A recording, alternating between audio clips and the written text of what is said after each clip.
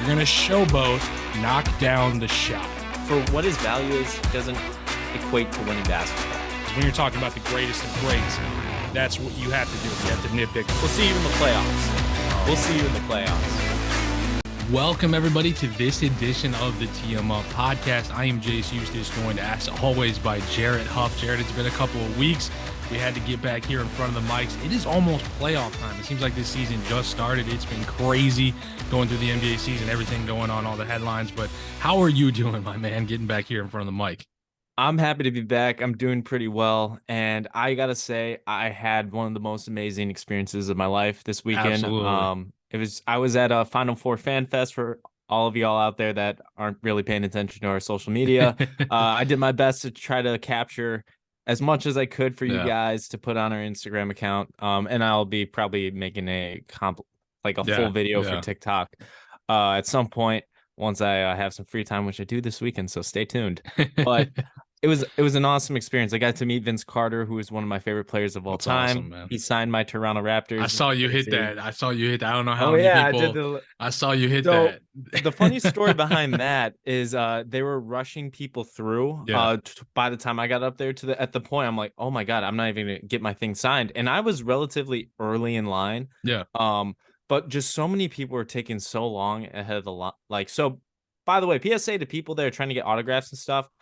Don't ask for multiple things signed. Don't keep it moving. There's keep it moving. There are people behind you that want to do stuff. My plan was when he was going to get my thing signed, because I was smart and I'm like, I'm not going to have someone sit there and take the picture. I'm just going to have my camera rolling because at first they had somebody up there holding like phones for people but then that person went away. So I'd have these nice kids behind me film for me, which worked out. But I was when Carter was signing my jersey, I was gonna be like, hey, Mr. Carter, like, would you mind if, like, after you sign it, because he was posing for pictures originally. Would you mind if we just turned to my camera and just did that together? Like, that was my dream. It's over. But I will settle for me doing it right next to him. And then I spoke a few words to him. He responded. So that's awesome. So cool. Also got a Gary Payton picture and a picture with the Mecca Okafor, because he was there doing one of the events, because obviously UConn was in the tournament. Absolutely. And then Calvin Murphy came right next to the booth I was working at, so that was pretty cool. He's a legend in Houston. I'm trying to think if I met anyone else. Saw the professor. Saw that. You saw Quinn Cook. Saw Quinn Cook, Mario Chalmers. Yep, absolutely. Shout out. He follows us on Instagram. Absolutely. So shout out to Mario Chalmers. And Baron Davis was also up there. BD, Chalmers. Man. Yeah. That seemed like a good week, man. I mean, it good was. Week. It was sound awesome. Obviously, everybody down there in Houston for the Final Four and just getting your chance to. I mean, that was awesome, man. I don't know how many people. I mean, obviously, true NBA fans, they realize what you were trying to do there, hitting with that "it's over." As soon as I saw that, I was like, man, that was probably like off the bucket list type of thing for you. So that's awesome to see, man. This is awesome. So I'm getting that jersey framed. That thing's hanging on my wall forever. I'm not the person that if I get an autograph, I'm not selling it. I got a Gary Payton autograph too. I'm framing that. I got one of my coworkers was nice enough to get that for me because I didn't show up in time. But shout out Gerardo. Man. That's awesome, man. Yeah, that was awesome to see, and that was really cool as you kind of, obviously with the NCAA and the Final Four and everything coming together, a lot of these NBA stars, we forget that they were stars in college and they can be able to go back there and kind of celebrate that. So that was really awesome to see, man. But we got a lot of things to get into here in this podcast. And that is, we have a new collective bargaining agreement. Every time this comes out, it's about 600, 700 pages that people comb through, people that have a lot more time than us to comb through. So we kind of look at the headlines and see what people are talking about, and we're going to give our takes on that. So pretty much the main piece of conversation since it's been announced, that is the 65-game minimum for players to be considered for major individual awards, such as MVP, Most Improved Player, Rookie of the Year, all those things that we love. And, of course, the all-NBA teams.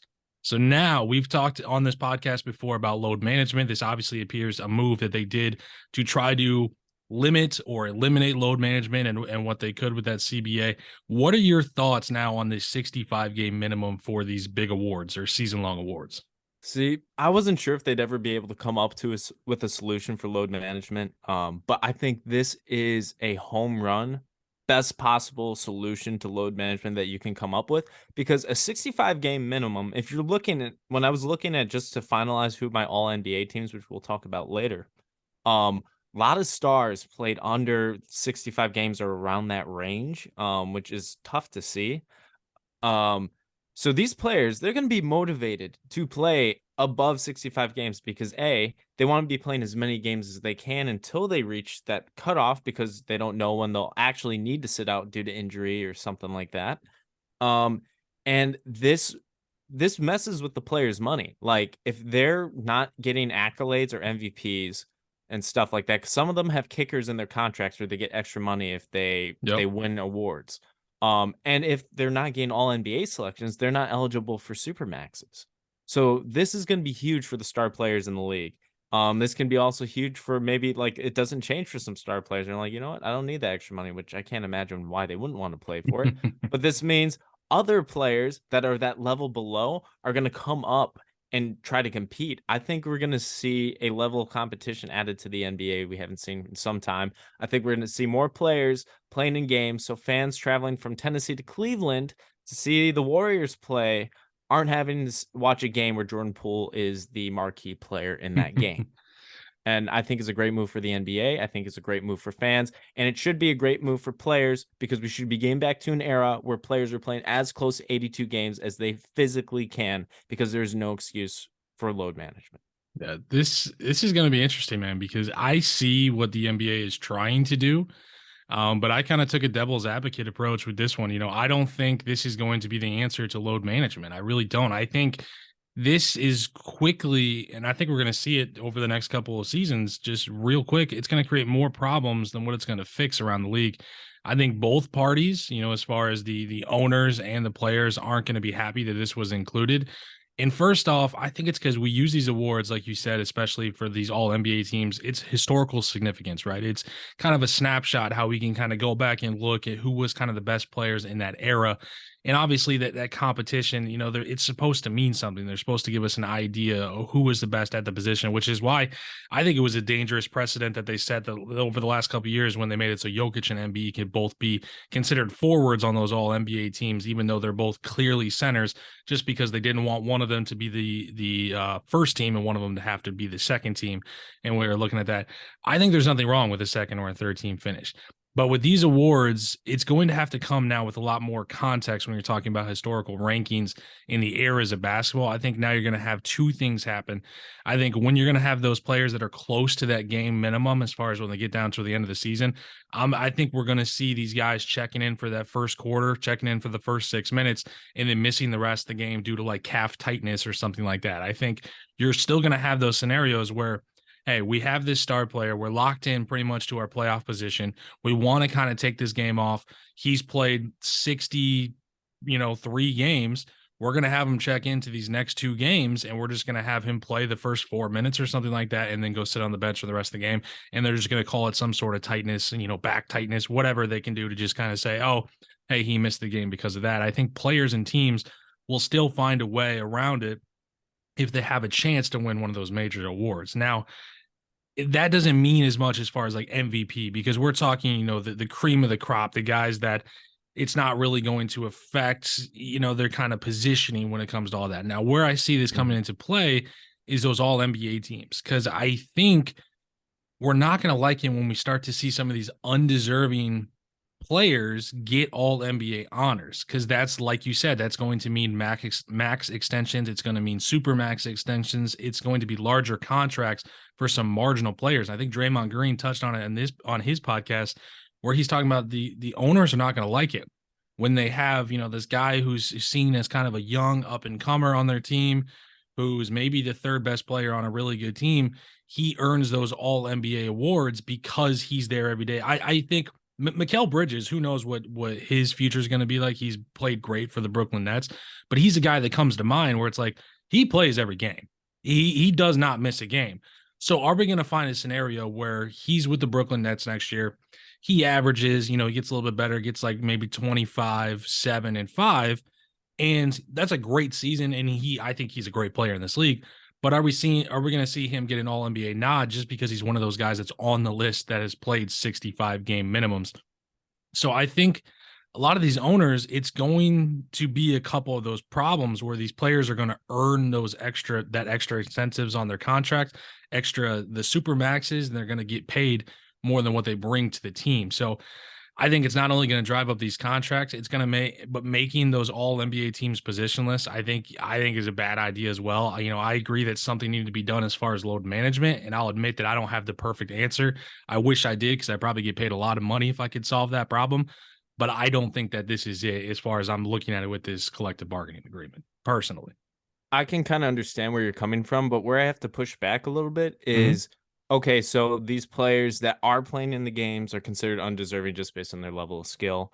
At the end of the day, the owners still have to say yay or nay to signing a player to the Absolutely. supermax. So even though they're eligible, let's say in Michael Bridges' case, if he makes Mhm. an all NBA team, a team's probably still not going to want him to pay the supermax. Even a desperate team that's just looking for a bump that may come and poach him, I Yeah. don't think we're going to really have to worry about that, because I still think market value is going to play a factor into whether players are getting these contracts or not.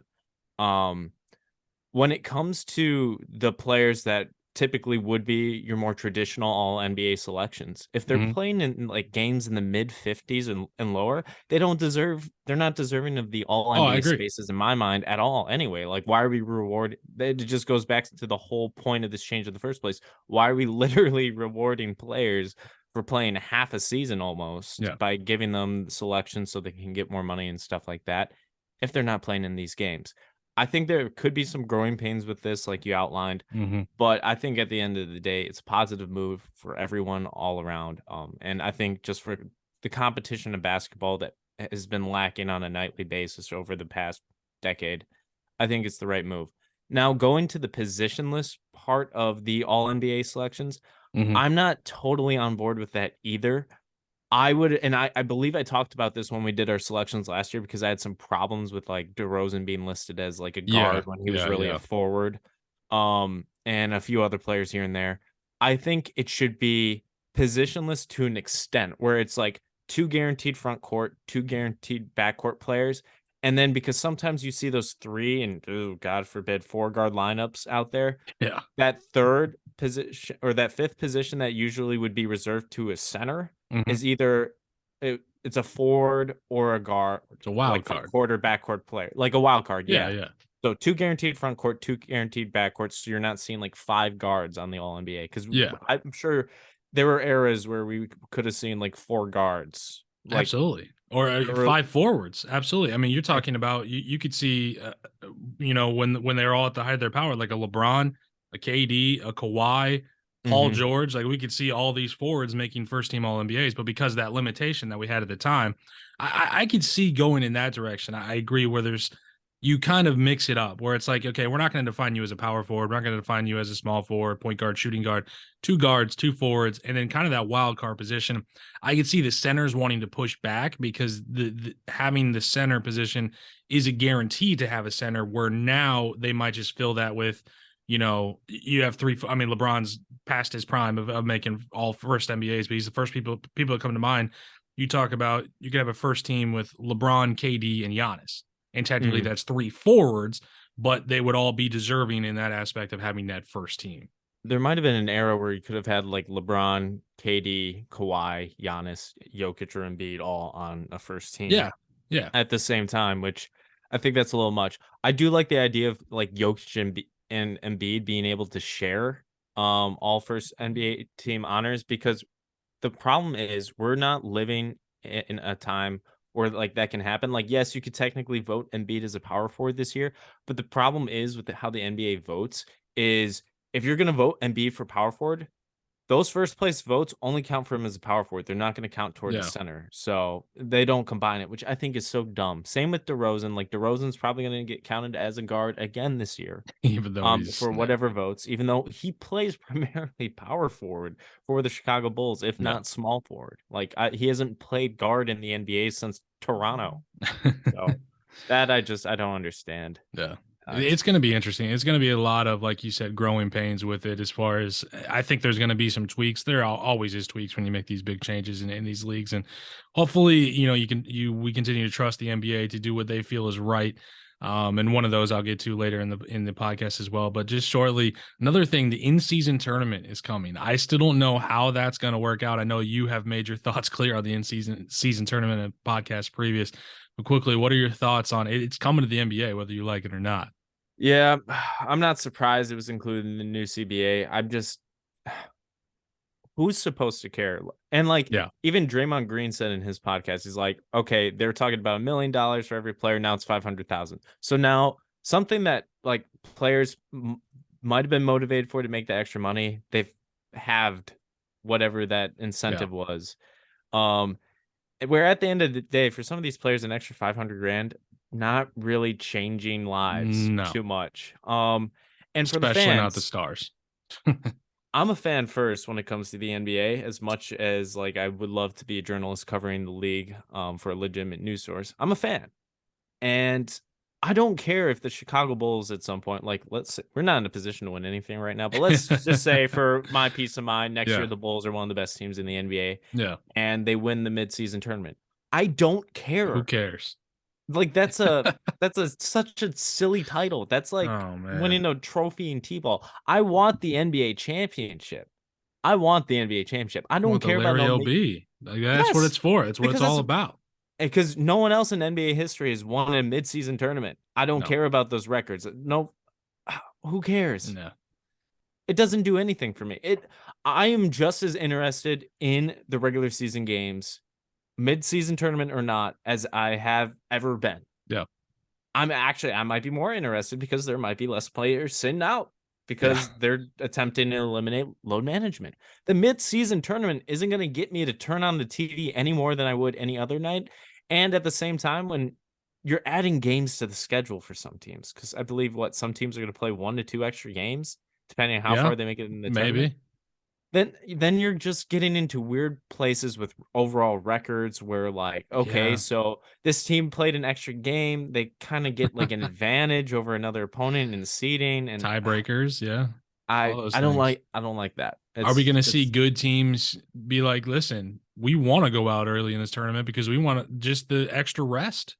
We want the extra exactly, rest for our guys. Like, yeah. if you're the Milwaukee Bucks, knock me out in the first round. Like, why do I want to go deep in this tournament? Like, no. Yeah. And NBA schedules are predetermined like months before the season even Mhm. starts. How's this going to affect schedules? How's this going to affect I how don't many know. times a season of like a team faces another team? Like, because now that I'm living in Houston, I was able to catch the Chicago Bulls a couple of weeks ago for the one time a year they get in Houston. What if it's a point where like these fans are like, I know because I live in this city, it's the one time of the year I would get to see my hometown team. Yeah. And because the midseason tournament where that date might normally be there is just not there. Like I don't it know. seems wonky to me. I don't understand how it's gonna work. And I hope it's a change that does not stick around. I hope it's something we look back in a couple decades and be like, yeah, remember when the NBA tried doing that? Yeah, I don't know, man. It's interesting. A lot of specifics still have to be worked out. I don't know. I'm. It doesn't sound like something I'm going to be a fan of at all moving into whenever it comes around. But another thing they kept in the CBA is that's keeping that one and done rule for college basketball players. It seemed like actually both sides wanted to keep this going. I was surprised. I It was seemed like too. in the past the players wanted to kind of get rid of that, but I think also with the new avenues that they kind of have now, these players to not necessarily have to go to college, where you can go straight into the G League, you can go play for those Ignite. Obviously, it used to be you could just kind of go play overseas. Now you have all these other options where we're seeing like Scoot Henderson, who's going to be the second overall pick in this upcoming draft after Victor Wembanyama. Those guys are playing in those kind of developmental leagues where it's kind of like a college, but a little bit less. It's getting a little bit more off to the side, which some people could argue that's worse for them because they're not getting that experience of going on the road, playing in these big college basketball games. But I was interested to see that they kept that in there. And then another one that I saw too is that it was kind of a smaller headline, but players can now own minority shares in NBA teams. I coined this the LeBron rule because I think that's what it's rolling down to. Obviously, we know LeBron when his playing career is over, and hopefully, I mean, maybe now before his playing career is over, he wants to become an NBA owner. Like that's the goal he wants to do. I still think, there's a lot of things that have to happen. And obviously, the NBA is going to expand sometime in the next decade. I think we all kind of know that that's coming. I think there's going to be a team coming to Vegas. And I think LeBron is going to be really integral as part of the ownership group of that.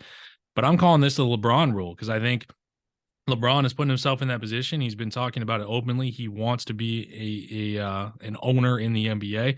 And it's kind of interesting now that they're changing it where players who are still in their playing career can now have minority shares in NBA teams. So I thought that was really interesting. Yeah, I like that change as well. I think it adds another layer to the NBA. I think it adds another layer to potential team loyalty. Like if Yeah. these players, while actively playing for franchises, are investing into the franchise, I wonder how that changes some trade scenarios or Absolutely. stuff like Well, that. just think back over the last 15 years where you're talking about like Dirk Nowitzki, right? You know, you could easily see where Mark Cuban is throwing him a little piece of the pie. Dwayne Hmm. Wade, we heard all the time how they talked about he was going to get some sort of ownership when he was done with the Miami Heat. Didn't turn out. He ended up leaving, obviously going to, you know, your Chicago Bulls and also going to Cleveland before coming back. Now he's got ownership with Utah.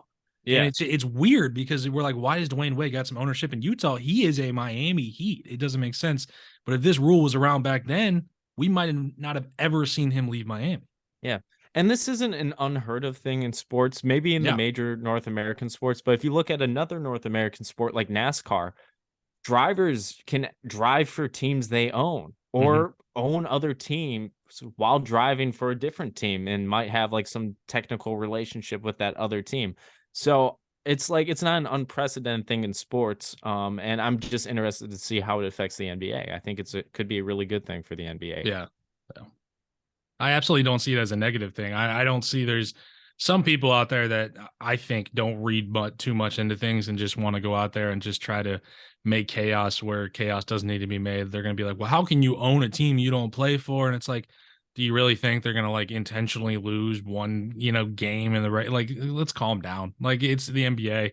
You're Hmm. all over the place. They're not worried about Yeah. that. But there's a lot of other things in the CBA, and we're going to continue to hear more about it as kind of things roll around. But it was nice to see that, you know, this time around there's not going to be any stoppage of play. There's not going to be any lockout or anything like that. They were able to Hmm. come to an agreement, so that's huge. So shout out to all the leadership in the Players Association, everybody that's involved in that and getting this deal done and working with the league, because I know everybody on both sides and the fans, the last thing we want to see is any sort of lockout or any sort of players not on the court. They want to be on the court. So I think anytime you're able to come to this agreement without any stoppage, it's great for everybody and just keep the train rolling while continuing to try to grow the game. So that is the end of our topic on the collective bargaining agreement. But we want to move on now. We are on the end of the season, just a couple more games for most of the teams.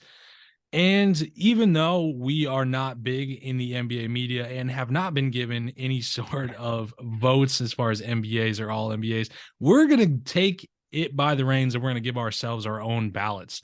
So what we're going to do is we're going to give our takes and where we would be placing our votes as far as these season-long awards if we would have been given them. So starting off with the big one, some people say it might be the most controversial one. Let's just start with MVP. So Jared, in your professional opinion, who are you giving your vote for MVP this year? I don't know if I'm gonna look back at myself and regret this choice, but Mm-hmm. I'm gonna give it to Joel Embiid. Okay. Now, I believe the last 2 seasons, I thought Embiid should have won MVP. Maybe one of them, at least last year, I knew for sure I At wanted least last Embiid year. as Yeah. MVP. Um, but this year, the way things have swung this last half of the season, Embiid has really turned up the heat to where I wouldn't Absolutely. have been saying this a few months ago. I know a few months ago I thought Jokic was just going to walk away with it and win his third consecutive. But no, Mm-hmm. I think this year you could say Embiid really does deserve it. Now, it seems like a lot of the media has also swung that way. I don't know Yep. if it's partly because they don't want to see Jokic win it 3 times in a row. I know Lillard came out and said like Jokic shouldn't win it 3 times in a row. You should vote for Embiid, which that should not be a reason why you're voting for MVP. You should It vote might for the be. most deserving player by the end of the season. Yes, Jokic's team is the best in the West, Mm-hmm. but the Sixers have, as of right now, the same exact record, and Absolutely. Embiid's stats are. We haven't seen a center do this in like since Shaq. Yeah. Um, Shaq never even got the points per well, game that yeah, he's gotten. it's Yeah. like Kareem like Since numbers absolutely. almost. So, I think we should give this one to Embiid, even though Jokic is like 0.2 assists away from averaging a triple Yeah. double, which is impressive. I think my MVP is Joel Embiid. Yeah, I'm right there with you. I'm giving this to Joel Embiid. I think it's time for the Jokic train to come to a stop before we really regret giving him that third straight MVP. And then, he flames out in the second, or with the way the West is shaping up, maybe even the first round of the Yeah. playoffs. Like, we'll see where the matchups go this year. But Embiid, he's been dominant. He's leading the league in scoring. He's putting up more than Shaq ever did at his peak. He's on a top contending team in the league. He's clearly the number one player on his team that has championship aspirations. I know he's yet to reach a conference finals. We'll see if this is the year. He's got a tough road ahead of him, a couple of teams above them. Really tough, obviously, in Boston and Milwaukee. So we'll see. It's going to be a dogfight out west, but he's finished in second long enough. He should be the MVP this year. And if I'm being honest, I have Jokic third on my list right now because no one's paying attention, but Giannis Antetokounmpo is putting his name in that conversation. He should have been in that conversation this entire year. And to me, it's just what happens when you have a guy who's just kind of known as the best player in the league. We kind of just take for granted when he's going up there and putting up 37-point triple doubles on a given night. But Giannis, man, I think if I was ranking them as far as my first, second, third, I'd have Jokic number 3. Giannis gets my number 2 vote, but I think it's the year for Joel Embiid. So I'm right there with you, giving him my vote. But moving on here, the next one I have up is our Rookie of the Year. Who you got winning that Rookie of the Year race this year? So this is the one award going back to our preseason predictions. This is like the only thing that's checked out from my predictions because I'm right there God knows I did not. With you. I did not get my NBA standings. Did you have Dame as your MVP?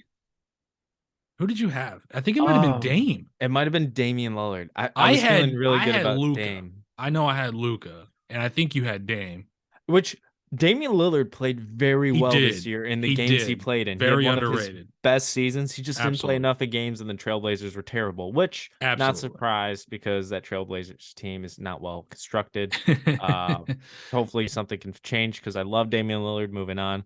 No, my Rookie of the Year is Paolo Banchero, and I feel very confident that that's going to be reflected at the season's awards event, which I think is so stupid. Just give the players the awards during the playoffs. Like, the fans want to see it. I don't want to watch. I don't watch the televised version anyway. I just wait for it to come out on Twitter. I just get the Bleacher Report. Yep, absolutely. Just get the notification. Give it to Paolo. No, I'm with you. It's Paolo Banchero. It's been Banchero from the jump, and we're here at the end of the season. He's been the most consistent rookie in the league, 20 points per game, almost 7 rebounds, just 3.5 assists. He's got a lot of work to do, and I think he's going to continue to grow his game, as far as his jump shooting, really his efficiency. He's been a little bit inefficient, but when I look at these races and when everybody, someone new comes into it, where at the beginning of the season, we're like, oh, it's Paolo and it's this guy, or it's Paolo and it's Keegan Murray, or it's Paolo and it's Benedict Mathurin, or it's like if it's Paolo being the one against all these guys when they come and go, Paolo is the answer because he's been consistent throughout the entire season. He's been, no doubt, he's the best rookie. We both nailed this pick at the beginning of the season, so we're giving our Rookie of the Year picks to Paolo Banchero. But 6th man of the year, this one was a little bit interesting. Who you got for your 6th man vote? All right, so my 6th man vote, I looked at Benedict Mathurin at first, but with the Pacers record, I don't feel like a 6th man of the year should go out to a player on a team that is really bad. Because what does it say about that player if they're the 6th man off the bench on a team that is just not a great team? Yeah.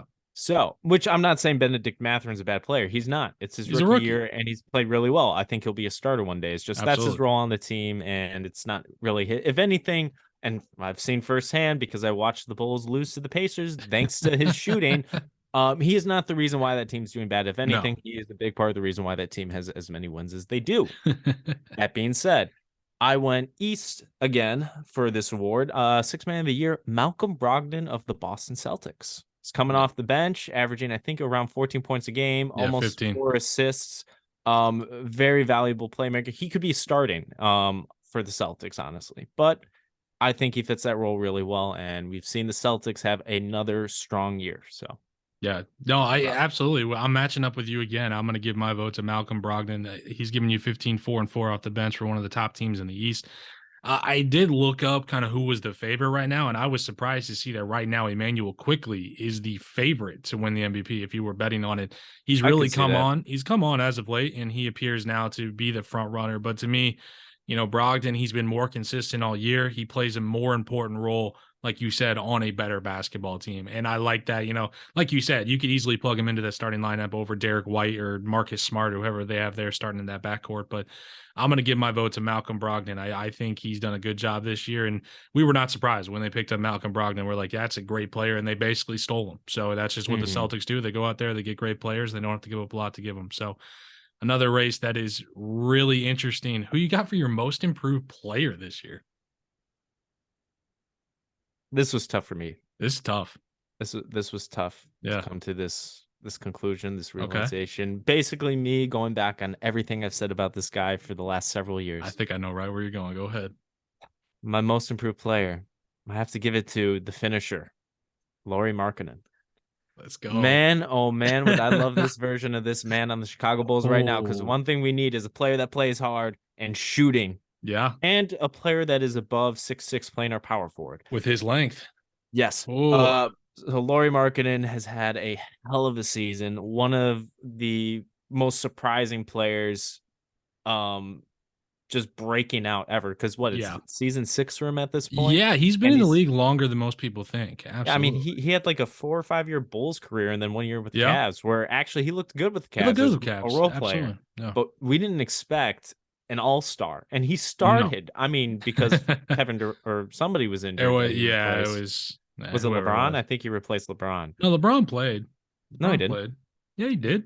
Did he not? I don't think he did. Pretty sure LeBron played. Nah, he played this year. He definitely played this year. Regardless, Lauri Markkanen was the first player off the bench to replace an injured starter in the All-Star game. I'm giving my MIP to Lauri Markkanen. I'll admit it. I was wrong. Yeah, dude, it's a tough one. I don't do that a lot. This race had so many good options. There really was a lot of, bust out guys that just came out of nowhere this year. I would give my vote as well to Lauri Markkanen. And the reason is because he's been a constant scoring threat on a team that no one really saw having as good as a year as they have. I know just the other night they got knocked out of playoff contention, whereas we're like, we thought at the beginning of the season they were going to be in the race for Wembanyama. I thought they were the floor. Exactly. I mean, most people did. And it really was because of the play of Lauri Markkanen helped bring that up all season.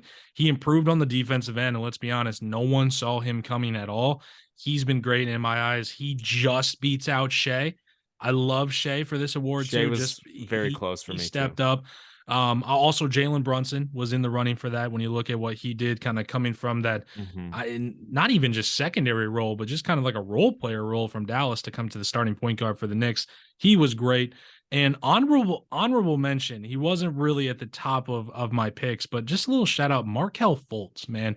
Markelle Fultz has turned his basketball career around. It's great to see he's down there in Orlando playing that kind of point guard, kind of off guard role. Really, he's looked good. It's like I saw a tweet that someone said that the Philadelphia 76ers gave up on the wrong number 1 overall pick. Yeah. Gave up on Markelle Fultz and kept Ben Simmons, and now where they're at now. I mean, obviously with James Harden, they kind of play similar roles, but if you were, the Philadelphia 76ers, you take Markelle Fultz at this point, this version of Markelle Fultz, and he came out the number 1 pick. No one thought he could shoot, and he couldn't shoot.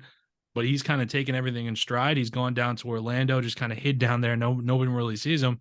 He's a really good basketball player. Like, he really is. The Magic fans, they should be excited over the next couple of years, because if their team manages it right, you guys could have something very special down in Orlando. Absolutely. And I just want to give a shout out to him because he was in there. He's one of those guys where, he didn't bust out and score, 30, 28 points a game.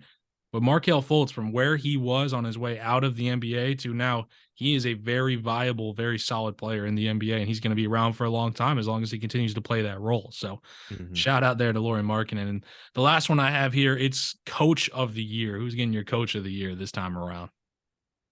I mean, it should kind of go without saying. I think you're right. Ask me. Oh my God, I'm blanking on his name. Do you want me to help you? Because I think I know right where you're going. Yeah. Mike Brown.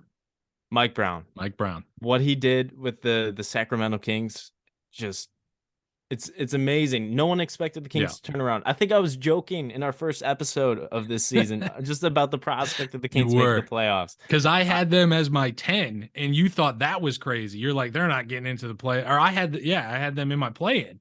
And Yeah. you were like, nope, they're not breaking that streak this year. Look at where they're at now, man. No, and honestly, like I was even considering having oh my god, I'm doing so bad with name. Malik Monk Oh yeah, yeah, as my sixth man of the year. I was looking at him as like yeah, he probably would have fell into that top five. yeah, Because he had a really good season coming off the bench for that team. yeah. He did. Um, Mike Brown, and the reason why I'm not saying the Kings were not going to make or do as well because Mike Brown was the coach. I'm just saying Yeah, that Mike Brown has like we knew he was a really good coach with the Warriors when he had to fill in for Steve Kerr. yep, He's been a head coach several times in the NBA. He was one of LeBron's early yep. head coaches with the Cavs. And he seems like he's always been a well-respected guy around the league. And I think Absolutely. he's finally going to get his place in the spotlight with this coach of the year selection. And honestly, you can't hate on the Kings. You can't hate on the Beam team. Like the It's just one of damn the best beam. stories.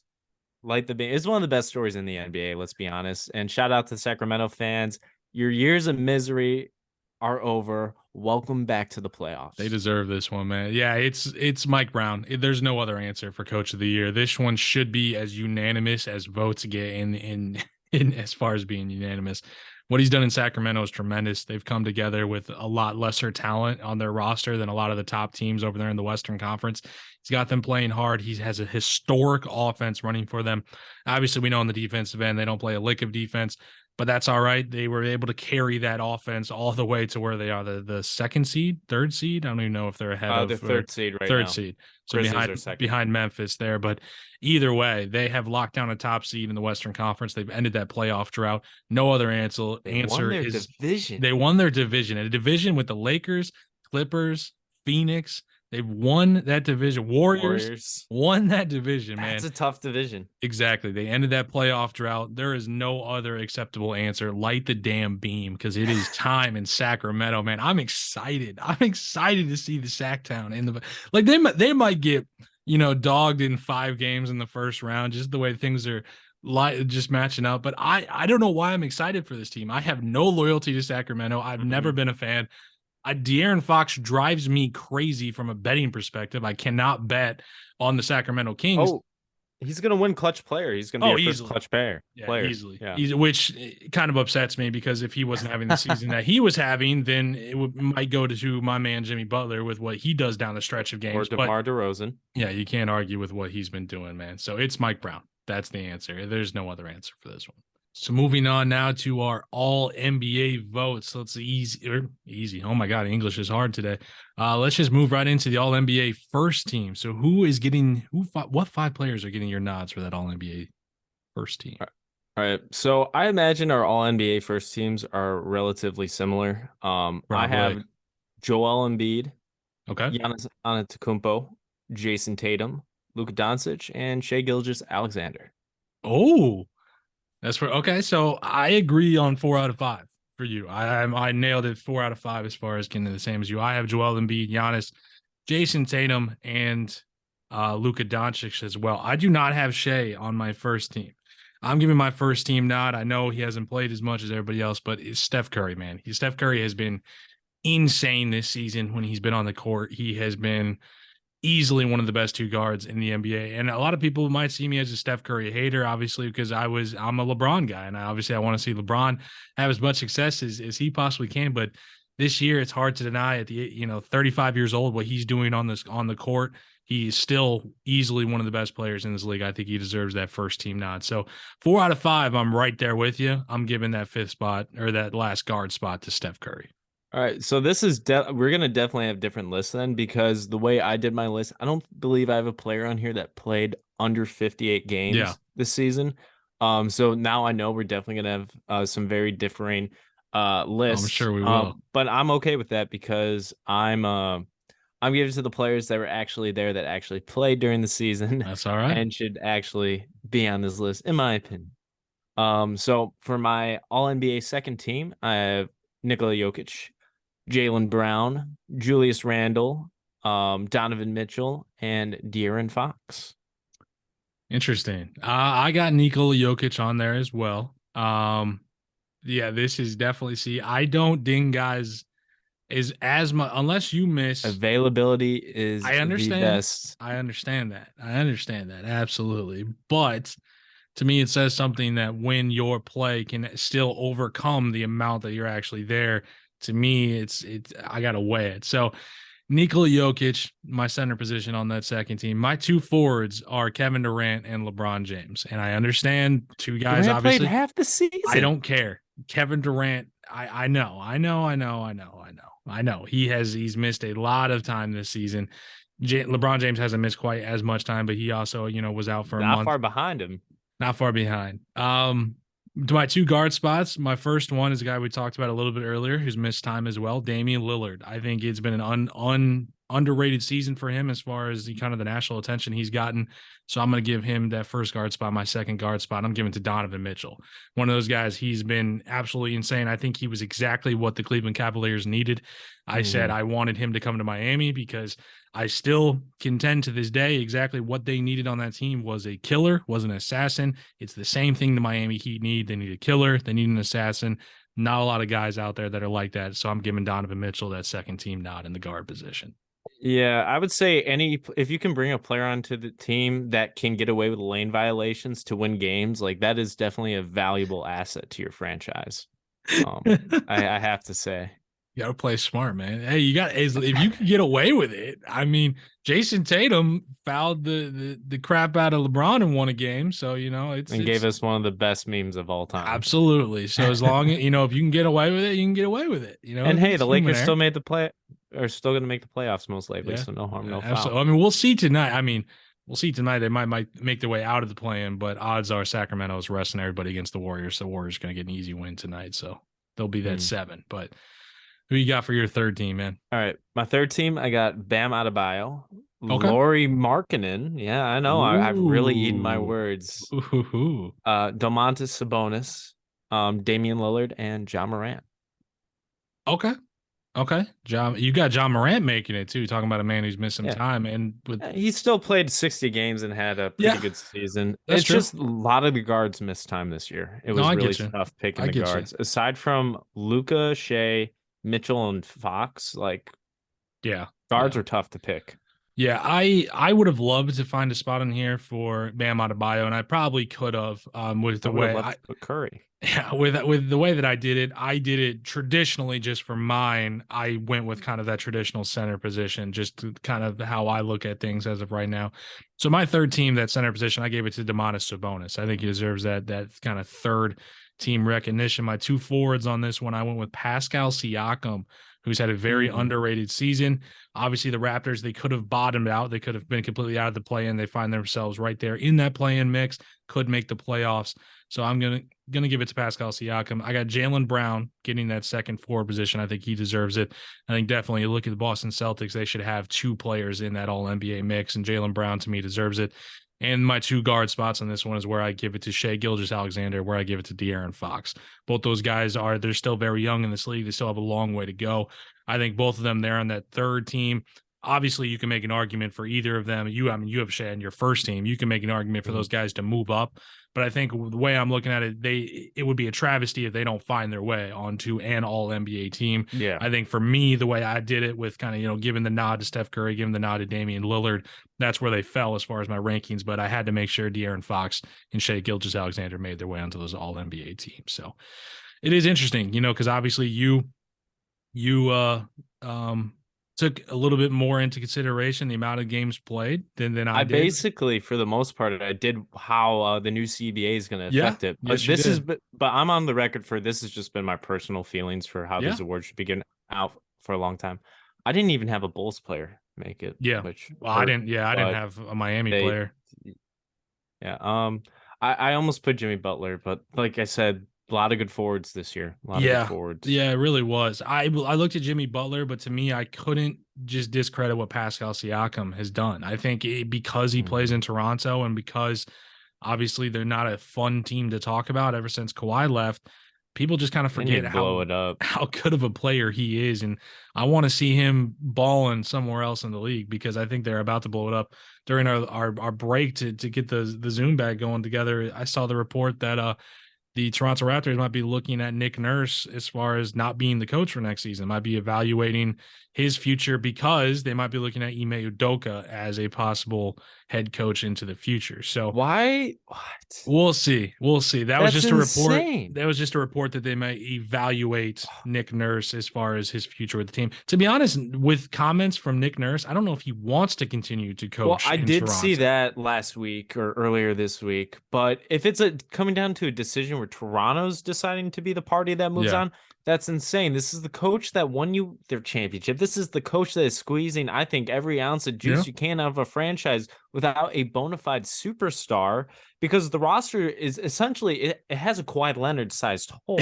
Pascal Really does. Siakam is doing Oh his man. best. It's Fred VanVleet's doing his best, but these are guys that they're just stepping up that and is to fill crazy. They are a role of a guy still that's not there. built perfectly for that superstar to walk through the front door and Yes. win a championship. Like It'd they're be a still great built that team. way. It's crazy.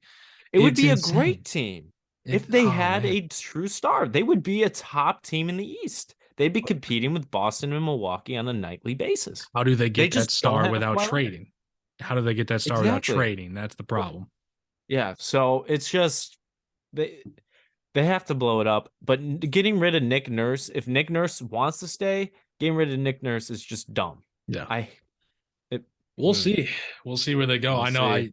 we'll see if was it Ujiri wants to go with Udoka and just if you I mean but Which is Udoka's going to have controversial in itself. he's controversial in and of itself and he's also going to have other suitors too. So I mean there's going to be head coaches being fired and Udoka, although he's got controversy, he's got baggage with him, he's a hell of a head coach and he's going to Yeah. be able to pick where he wants to go. So it's going to be interesting to see. I think he's definitely going to be an NBA coach, at some point, but we'll see where things go. But that was our votes for all NBA, our NBA or our MVPs, all those letters, rookie of the year, blah, blah, blah, all those kind of things. So it's interesting to see where it all falls. But moving on now, I want to move on to a little game where we're going to gauge the confidence level that we have in these Western Conference contenders because we are, I think, technically 3 days away from the end of the regular season officially. I think it all ends Sunday, if I'm not mistaken, as we're sitting here on Friday. So most teams have 2 more games to play. In the Western Conference, there's still so much to be decided. Any combination of the Clippers, Warriors, Lakers, Pelicans, Timberwolves, Thunder, and even Mavericks all have a chance to be in the play-in. Some of them have a chance to obviously be out of the play-in. If you're talking about the Clippers, Warriors, Pelicans, and Lakers have a chance to even get up to that 6 seed or even 5 seed, depending on how things fall. So it's crazy. So I thought it'd be a good idea. Let's go through some of these teams as far as the Western Conference contenders and just 1 through 10. Give me your confidence level on them moving forward as what we've seen throughout this season. So I'm going to go ahead and get us started here with the Memphis Grizzlies. What is your confidence level in them as contenders? As a contender for the Memphis Grizzlies, I have a 6. I still think they're a very young team, and I think they put a target on their back for this season. So getting like any opponent they're gonna get is gonna play hard as hell. They're gonna play against this team. They're gonna come to play and try to put it on them every chance they get. The Grizzlies have had a lot of problems this season. They're missing players due to injury that won't be back. I think the Grizzlies are going to have a tough time in the playoffs. I think they'll probably get to the second round, being the second seed. But as you've said, at the bottom of this conference, a 7th seed could be a team like the Lakers or even the Warriors or a team like that. So you don't know what the Grizzlies are going to face. It's not going to be an easy road to the playoffs. I believe the Lakers, if things ended today under the old system, are currently in that second 7. seed. Yep. I'd be tempted to pick the Lakers over the Grizzlies. I don't think LeBron James is losing a first round matchup to a team that was unless it was like that Phoenix Suns team from a couple years ago that they lost to. This Grizzlies team, I think you know what? I'm talking if it ends today and the Lakers are healthy and the Grizzlies are as healthy as they can be. Obviously, they don't have Brandon Clark. Yep. I'm taking LeBron and the Lakers in like 6. I feel you, man. I feel you. You gave him a 6. I give him a 7. They're right around that same area. They looked good since Morant's return. I like how kind of quiet it's been. We haven't heard a lot from Morant, which I think is good. We're still hearing things from Dillon Brooks, but I think we're always going to hear things from Dillon Brooks as far as Yeah. that goes. But I agree with you 100%. I still think they're a little young. They're a little immature to be title favorites, but I think they should be looking at a fairly deep run that second round. Maybe get through the second round, maybe bust through to a conference final. So I think if you're looking around the Western Conference, I'd give them a 7 as far as I'm sitting right now. So moving on to our second team, Sacramento Kings. What's your confidence level for them? So as excited as I am for the Kings to get into the playoffs, as a third seed, I think I have to give them my confidence level of 4. It's a lot of players, especially if they wore if they've worn a King jersey their whole career. They have not played NBA playoff basketball, which, Yeah. as we know, the whistles get swallowed a little more, defenses get tougher, and it's just more physical. And this is a team, like you said, that does not play defense. Yeah. So it's going to be tough for them. Along with that, offenses, it's tougher for them to score. So a team that's relying solely on its offense might have a very tough time in these Western Conference playoffs, especially because there are a lot of veteran teams below them in the standings that they could match up against in the early rounds. So I have to put my confidence level at a 4 for the Sacramento Kings. Yeah, I agree with you 100%. I have them as a 4 as well. I wrote down there a fun story, but I would not be surprised if any one of those bottom seeded teams takes them out early on in the playoffs. Terrible defensively, and in the playoffs, they have a lot of holes that a lot of these good teams are going to be able to exploit pretty early on. So I'm right there with the Kings. They're a fun story. I love that they're back in the playoffs. Mike Brown has done an incredible job. I'm a big Domantas Sabonis fan. I think they're doing great, and I think unfortunately their run is probably going to end pretty early, just the way the Western Conference is this year, where those top teams, not a lot of guys at the bottom are afraid of them. It's going to be hell in the Western Conference, so it's going to be weird to see. But moving on now to our third team, that top-seeded Denver Nuggets. What's your confidence in them? The Denver Nuggets,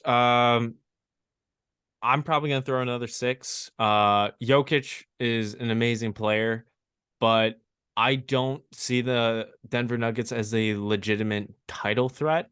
At this point, they had a great regular season. They have a great supporting cast around Jokic, but I don't see this team matching up well against teams like the Phoenix Suns or even the Los Angeles Lakers. If for whatever reason the Lakers get the 8th seed, Yeah. could give them a pretty good run for their money.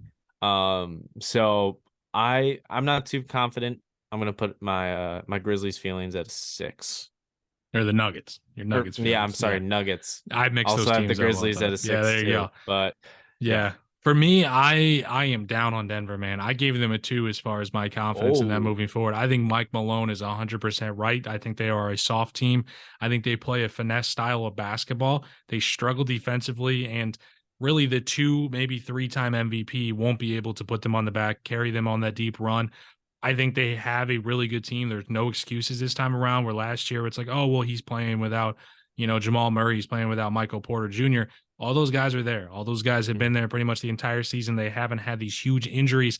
I just don't think in this year's Western Conference, like you said, that 8 seed, it could be the Lakers. And in the Lakers, I think Anthony Davis locked in, especially locked in defensively, can really frustrate Jokic. And I think LeBron, they don't have an answer on the wing for LeBron as far as if he is putting his head down and driving towards the basket, where if LeBron finds himself in an 8 versus 1 situation, he's going to be like, listen, we're the 8 seed. I think we're the better team. And I Big think chip on his shoulder. they're going to have that argument, especially in the back half since that trade deadline. They can have the argument, we've been the better team over the last couple of months. So I'm looking at the Nuggets. They could be facing the Lakers, could be facing the Warriors. Heck, if the Pelicans get Zion back, it's a really interesting matchup if they're there in the 8 spot. So it's going to be really weird. I have them as a 2. I just do not trust them as Western Conference contenders moving forward at all. And what's also scary about the Warriors, we now know Andrew Wiggins is returning. He's on the So way. that adds another wrinkle to the Warriors facing what's most likely going to be a higher seeded team in the first round. Absolutely. He's working his way back, so we'll see where that goes. But the next team we have now in the Western Conference is the Phoenix Suns. What is your confidence level in them? My confidence level is a 9. This team's gone 8-0 with Kevin Durant playing on the floor. obviously it's hard to predict when injuries happen and when injuries won't. So I'm just gonna play fair and just say, let's say it is a healthy playoffs for the Yeah. Suns. As we've seen, Kevin Durant has been healthy. One of the healthy players on the Nets the last couple seasons in the playoffs. Um, I I like the Suns. I think the Suns with a healthy Kevin Durant are the most dangerous team in the Western Conference and potentially could be a title favorite. I would love nothing more to see Chris Paul get another crack at a Yeah. championship. I would love to see Kevin Durant be the like clear-cut number one player on a finals team. Absolutely. I am all in on the Suns team getting out of the West as long as they remain healthy. I'm putting them down as a 9. 9. I give them an 8, and the reason I give them an 8 is because of those injury concerns. They're still unbeaten, like you said, with KD in that lineup. It's all about health with them, and I do worry a little bit about a honeymoon phase with Kevin Durant, where it was kind of you go out there, you make that big move, you win the first couple of games, then he gets injured, then he's out, almost a month or maybe a little bit over a month. Comes back, you win your last games, against some teams that sometimes they're resting. Like last night, they won against the Denver Nuggets with no Jokic and with no Jamal Murray and with no Michael Porter. And it was a dogfight there towards the end before they pulled away there in the fourth quarter. So I do worry a little bit about a honeymoon phase where kind of that first little adversity comes their way. How are they going to respond as a team on the court? Sometimes, when everybody's winning, everything's great. When your team is winning, you haven't lost with Kevin Durant, you think everything's great. But if you go out there and you lose game one of a series, or you find yourself down 2-1 in a series, how are you going to respond? So I do kind of wonder, because they haven't been through that together as a team. So that could possibly snowball on them. But I think you're right. As far as looking at the Western Conference, and it is the wild, wild West right now, they're one of the teams that should be at the top of the list as far as who's going to come out of that Western Conference. But moving on here to our next team, the Los Angeles Lakers. What is your confidence in them as a contender right now? I'm never, ever, ever, ever, ever, ever counting LeBron out if he's in the playoffs, Until as he's even done. when he was in the East. Because very rarely in my time as a basketball fan was he ever out of the playoffs before the Was he finals. never not in the finals? Yeah. And oftentimes he had to go through my Chicago Bulls to get there. Yes, he did. And that's some trauma we can talk about for another time. Oh man. With the way the new look Lakers have played, they've been, like you said, one of the better teams this half of the season since the trade deadline. I've loved the moves they've made. Even though I'm not happy to see it, because as a Bulls fan, I don't want to see LeBron do well Oh, of course. because of all the years he inflicted pain on us. That's only natural. That's only So, natural. but my bias aside, I have to put my confidence level with the Lakers at a 7 Hmm. because the West is so close this year. We got some very young teams and some very high seeds that the Lakers are likely going to play a Yep. combination of either the Kings, Grizzlies, or Nuggets in the first round. And those teams, young guys, Yep. talented, but maybe not a second superstar on all those teams, where you got Anthony Davis and LeBron James Yep. as your 1-2. Hmm. Lakers, if they're healthy, I'll give them the same benefit of the doubt as the Suns. If they're healthy, they're a force to be reckoned with. I'm putting them at a 7. Yeah. I'd put them right there for me with the Suns at 8. I feel better about them right now than I have all season. Just like And I Phoenix have in has. 3 years. Yeah, really. Ever since they won that championship. Mm-hmm. But to me, it's just like Phoenix. This is all health related. But the way I look at it, if they end up the 6, the 7, or the 8 seed, there's no team that wants to face them in a 7-round series at the beginning of these playoffs. Excuse me. I think you're exactly right. Where if Anthony Davis is playing like the way that he's played over these last couple of months, they are the only team in the NBA that I think has 2 top 10 players when they're both playing like that. And they can make that argument, and they've looked really good. I think D'Angelo Russell really fits on that team way better than Russell Westbrook ever did. Kind of that third scoring option. It seems like LeBron really likes playing alongside Russell. He can provide some scoring too. When LeBron goes to the bench, him and AD can kind of play in that pick and roll and really continue to move the offense through them. So I really like where they're sitting right now. Obviously, it's weird because you don't want to be in a play-in scenario because you could lose 2 games and your season's done. But as far as Yeah. matching up against the teams, I think they're looking around. They're like, if we ended up the 8 seed, which you obviously don't want to do because then you find yourself losing that first play-in game. But if you're the 8 seed, I think they like their chances against Denver. I think they would rather play Sacramento than Memphis, but I think they're looking at all three of those teams and like we would have a chance against any of them, regardless of what seed that we are. We just have to be healthy and continue to play the way that they've been playing. So I'm right there with you. I think as far as I'm writing down your answers too, that's the second highest confidence rating you've given out so far, besides Phoenix. So the last one I have for us here, Golden State Warriors. What is your confidence level for them? I was honestly expecting you to say Clippers, but the Clippers? Warriors.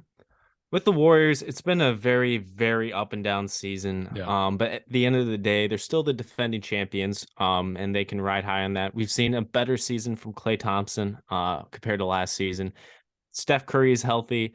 Andrew Wiggins, who's the second best player on their finals team Yep. last year, who's been a big key player. He's coming back. My confidence levels for the Warriors, I'm also going to put them at a 7, just with the Okay. Lakers. As long as they're healthy, I think they have a good chance. They're going to be facing a higher seeded team, most likely early. What are they, the 6th seed right They're the now? 6 right now, so they'd be playing Sacramento if everything stays. And I like them against Sacramento. Against Sacramento, I'd probably give them, like I said, for Lakers versus the Grizzlies. I'm probably giving the Warriors the benefit of a 6-game series in the first Yeah. round and they take out Sacramento, because at least the Warriors can play some defense, especially if Wiggins is around, Gary Payton Jr. Or I'm sorry, Gary Payton the second. Yeah, I'm taking the Warriors. Yeah. I'm putting them at a 7. Yeah, I'm lower on the Warriors. I have them right now as a 4. I just think Oh. I think we've seen an entire season now. They cannot win on the road. And they just don't seem to have that consistency that we've seen in years past with that defense that they've leaned on during their previous championship runs. I know they can play defense, but it used to be with the Warriors, we knew they were going to play defense. I don't think we no longer know that the Warriors are going to play defense. I think it shows up, but it also goes out the window, especially when you see those games where Klay Thompson's out and Jordan Poole gets into that starting rotation. It seems like all the defense goes out the window when Jordan Poole enters that starting lineup as well. So I'm not feeling very confident in them right now. Obviously, they get the respect of being the defending champions. They've been there, they've done that, but I think we've seen 80 games this season where they've been basically about a 500 team. They've been terrible on the road, and now they're going to put themselves in a situation where with Sacramento, I agree it's going to be an interesting matchup if that's what it is, but they're going to put themselves on the road where they haven't been able to win all season against a home crowd that has not seen playoff basketball in a very long time, with that damn beam that they're going to be lighting in the playoffs as well. It could very well be a rough first round playoffs. It would be a great one to watch. It'd be must see television. Mm-hmm. And it's weird to say Sacramento's must see television, but in that matchup, I think they would, because I think with their historic offense, they'd be trying to get in shootouts with the Warriors. And if the Warriors are on, they can obviously outshoot anybody. But if the Warriors are a little bit off, or it's just Steph Curry, they might not be able to keep up with the Sacramento Kings. So it's definitely interesting to see where everything's going to fall. That's very fair. Oh, real quick, do you want me to put like some historical context on the Warriors' run since Steve Kerr joined the fold in Yeah, what's that? in 2014?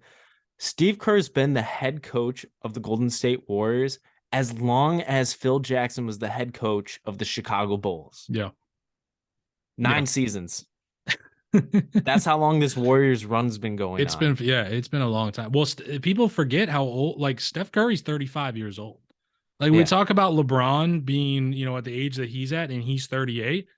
Steph Curry, it's impressive he's doing what he's doing as well. Like especially a guard, assassin effect. especially a guard at his size with, a lot of times we see those young, fast guards who play low to the ground, get a lot of those lower body injuries, a lot of ankles, a lot of knees and things like that.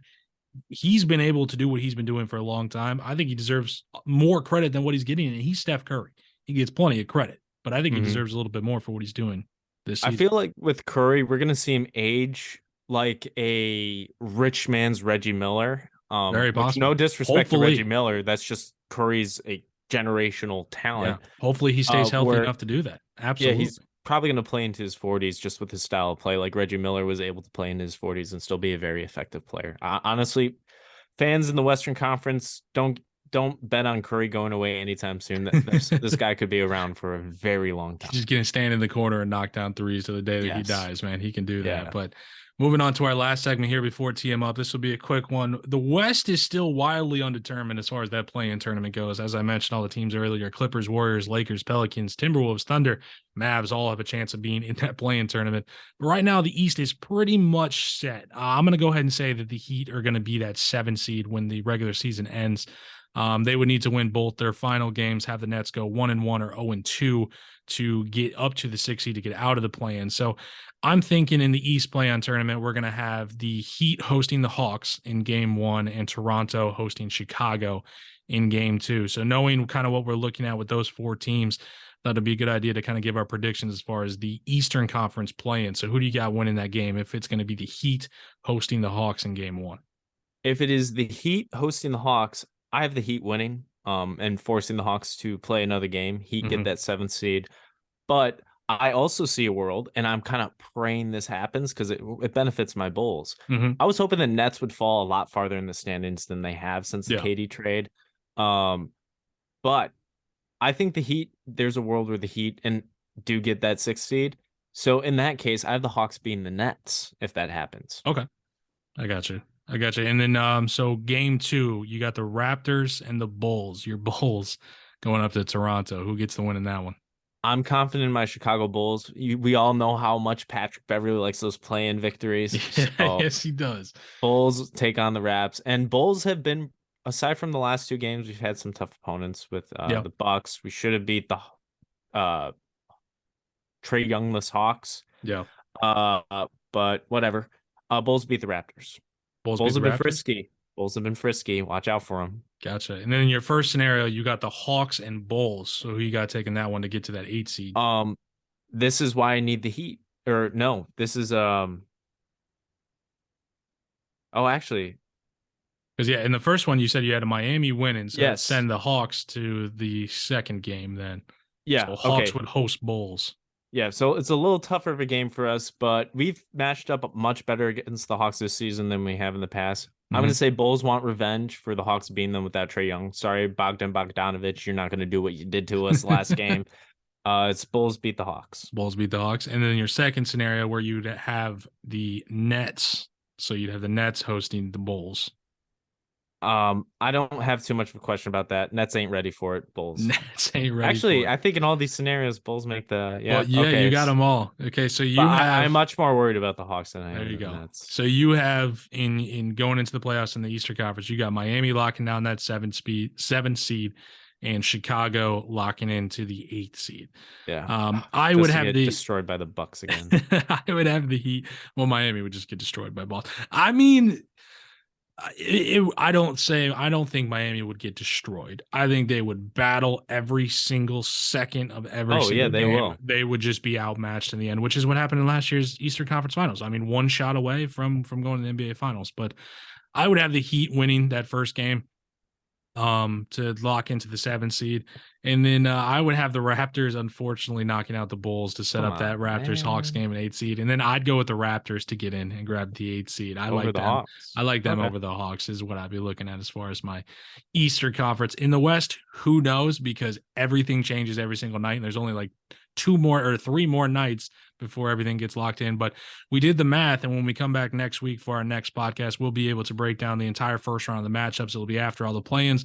We'll know 1 through 8 in both conferences. We'll be able to break those things down, which if you guys were following along last season, we were really good, especially with especially Jace was. I was killing it, man. Second round, man. I got to back up my performance from last season. I'll be back ready. And, if you want to get your pocketbooks out and play some bets, I'm running hot in the postseason. So I was looking good, man. But let's down move to on. the game. Down to the game, man. Down to the game. I was so close. But let's move on here to our last and final segment on the TML podcast. That is, of course, Tee 'em up. So, Jared, it's been a couple of weeks. Who has built up the technical foul you're tossing out?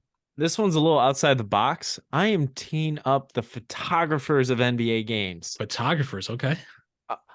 I'm sure you've seen over the last couple of weeks these awesome photographs from the sky view, and you kind of see it sometimes in the game. The cameras that are automated, straight up above, remote the controlled. Rim. Yeah. That Russell Westbrook picture of him lying on the ground yelling might be one of the coldest photos in NBA history. We got some great photos of Ja. Saw a really good one of one of the Heat players. Is it Caleb Martin? Yeah. I, Yeah. I always lose track of Caleb. which Yeah. Martin's on the Cody's team. Cody's in Charlotte. Okay, Caleb's in that's Miami. right. So Caleb Martin, against like the hardwood of wherever they're playing, dunking on a guy. Where were these photos? The technology's been there. I want to see what it looked like with Derrick Rose dunking They're on sick, Goran man. Dragic. Where are all these like awesome NBA moments we missed from this angle? I They're mean, there's a sick. couple of like Magic and Jordan from the 91 finals, Yeah. but I want to see more of this. I feel like we've missed out on many great NBA moments. Make this a regular thing. Post them after every game. I want to see this. I want to see Giannis jumping over Tim Hardaway Jr. Where is this stuff? Like LeBron it over Jason Terry. exactly. Could you imagine?